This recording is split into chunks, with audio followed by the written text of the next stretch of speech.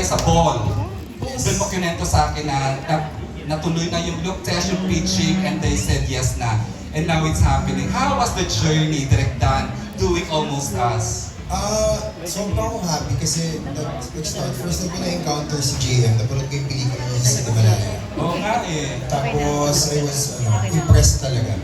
As in, sabi ko gusto ko maka-work tong actor na to. So, nung night na yon, nag-research ako, tapos nakita ko nga yung love team Na meron palang Meron JM pala Yang. yung JM Yang. Tapos, nung nanonood ako ng clips nila, kinikilig ako eh. Tapos, a few days later, binessage ko na si Keith. Sabi ko, Kabilis!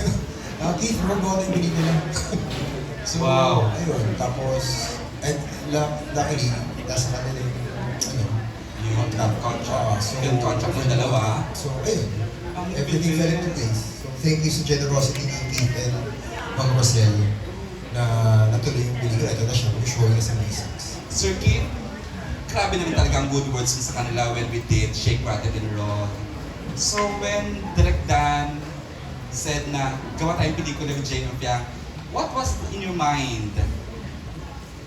Right away, agad ba? Sabi mo, yes, let's do it. Yeah, medyo agad na. Kasi I had the experience of working with Jimmy Fiang sa Shake. And so kind of sa rushes pa lang sa Shake, they were so good. So my mom and I were thinking about, ano kaya po yung next project namin with Jimmy Fiang? So good timing, tumawag si Director. Actually, Facebook Messenger yata niya ako tinawag. Sabi niya, how's JM Fiang? Gusto niya bang pitch for concept for them? So we said yes right away. Wow. Yeah, it was good timing. Okay. Thank you, Sir Keith. Direk Dan, susulitin ko na to ha. Kasi ang dami mo namang offers for a rom-com.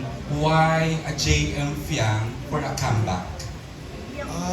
Ayun na po ako sa dalawa. Oh. Hindi talaga, as in, tapos ito nga, na-impress talaga ako dun sa Himalaya. Tapos from there, yung deep dive talaga ako. Alam mo yung one of those nights na nagsimula ka lang sa isang video, tapos maya-maya 4 AM na pala, tapos over JM lang yung pinapanood ko. Tapos, ayun, sabi ko, I really want to work with these two.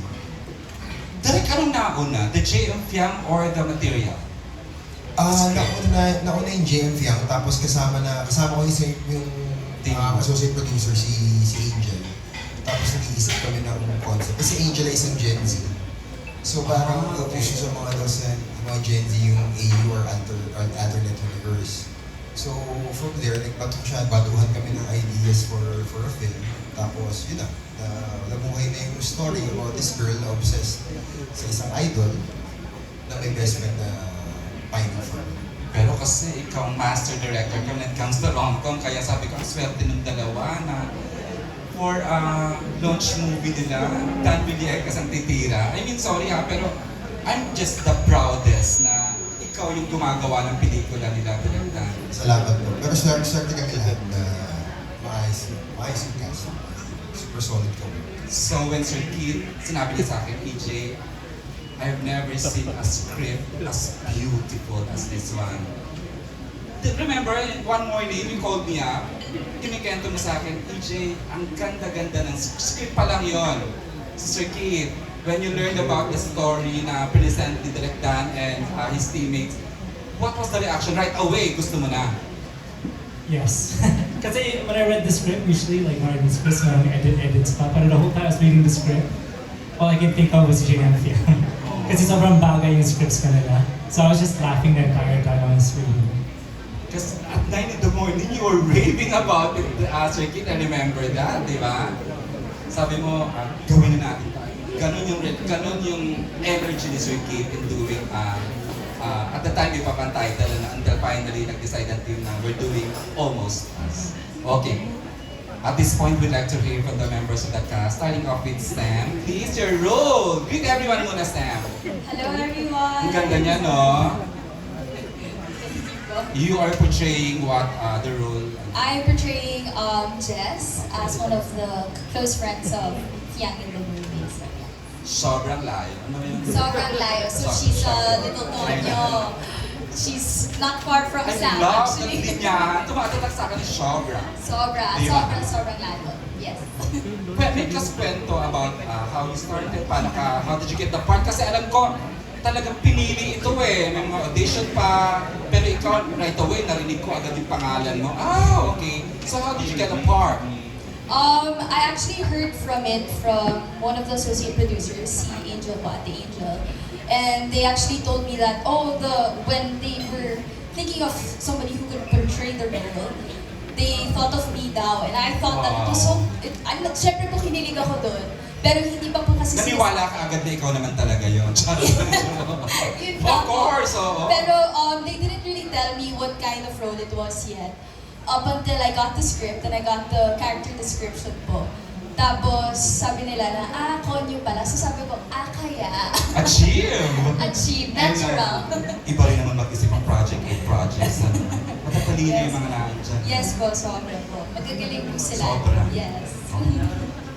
Thank you, Sam. Thank you po. You know what, ang story ko, sabi ko, sino pa bang ibang cast? Tapos nung nag-script reading na, sabi ko, the moment he opens his mouth, sabi ko, my goodness, he's so good! Another J. Wow, kulat-kulatan, J na. Ako JM! Hello po, JM Salvado. Correct. Kakayaan sa atin lahat. Magandang hapon. Okay. Audio pa lang, di ba? Ang linaw! Ayan. Nag-audition ka ba dito, J? Yes po, nag-audition po ako dito. Kinontak po ako, tinanong ako, kaya mo ba yung role? Bibigay namin sa iyo role, audition ka. Pagdating ko dito, Mukhang may catch. iba-iba pala. Iba-iba yung dating. Ako po si Otep. Oh, James kala Alam ko. playing the role of Otep, best friend ni PRR. Siyempre, di ba? Hindi naman po kami nagkakalayo ng itsura. Tama. Baka po magkalagnat kayo eh. Di ba? Ganun po talaga. So, ayun lang naman po. Okay naman, pogi lang. Yeah. Ang galing niya. Alam mo, script, table read pa lang. Talagang tawa na ng tawa si JM, si Piang sa kanya. Kahit kami sa production, sobrang nakakaaliw. Binuha niya yung script read, table read namin. Congratulations. We're so excited na mapanood ka namin. Yes! Salamat po, salamat. And of course, the very promising, talented Yuki Takahashi. Yuki! Yes, hello po, I'm Yuki Takahashi. Hello po. Your role and how did you get the Yes. part? Alam ko, in a way may alam ako, pero Yeah. sige, may kaskwento. So I am Sue. Older ako kay Fiang and kay RR. Well, yung role ko dito, I'm a very confident woman. And sobrang self-assured ko with myself and everything. And Ang ganda niya, no? somehow medyo pinagsasilosa ni Fiang. Ang Yan. ganda lang muna. Hanggang dun lang, yes. Pero hindi ka kaiinisan ng mga JF yung dito. We'll find out. I guess panoorin nyo na lang po, yes. Okay. Yes. Yung sa akin po, nalaman ko na I'm part of it. Actually, it's a funny story. How funny. Wow, ang ganda. Sobrang funny. Wow. Patong na. No, kasi hindi ko po kasi alam if scam siya or not. So, nung minessage po ako through Viber, I wasn't sure if it was real and everything. And then when I found out, it's direct Dan. Doon ako naniwala. Totoo pala to. Day one pa lang nakahanap. Yes. Talagang nag-agree na yung buong production na. Yeah. Thank you po. Mukhang perfect ang pagkaka-direktan, no? Perfect. Mukhang did you deliver naman? Yeah. Siyempre, yes, oo. No? Of course. Thank you, Yuki. Thank you. Wala na. Napaka-special ng role niya.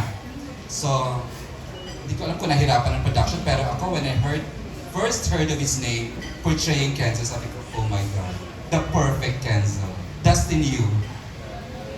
Hi sir. Hello! Hello po sa lahat na pumunta ngayon. Ako mga crew para si Dustin Yu. At ayun, maraming salamat kasi sobrang swerte ko na naging parte ako ng launching movie ng JF Yang. Ang character ko po dito ako si Kenzo. Isa po akong artist. Isa po akong singer. Hindi naman po malayo sa totoong buhay. Why not? Joke lang.で, ayun, ako po yung parang sinulatan ng AU fiction ni Fiang. And ano pa bang masasabi ko sa character ko? Siguro, hindi siya malayo sa totoong artista. Kasi sa isang artista, may mga struggles din na experience. So dito makikita natin kung saan si Kenzo ay totoong tao rin pala.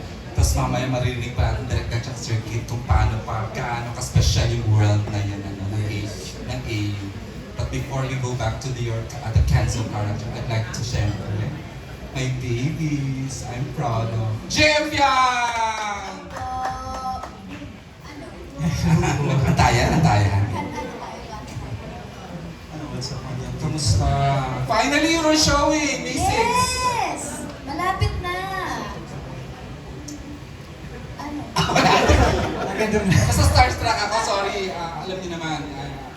JM, finally, we're launching your team up in the summer kilig movie of the year. How does it feel? Malapit na. In less than a month, we are showing nationwide. Wala, excited ako sobra. Kasi first Bawa mo ngayon kakaibang vlog. shot na yun. Wow! Go ahead na.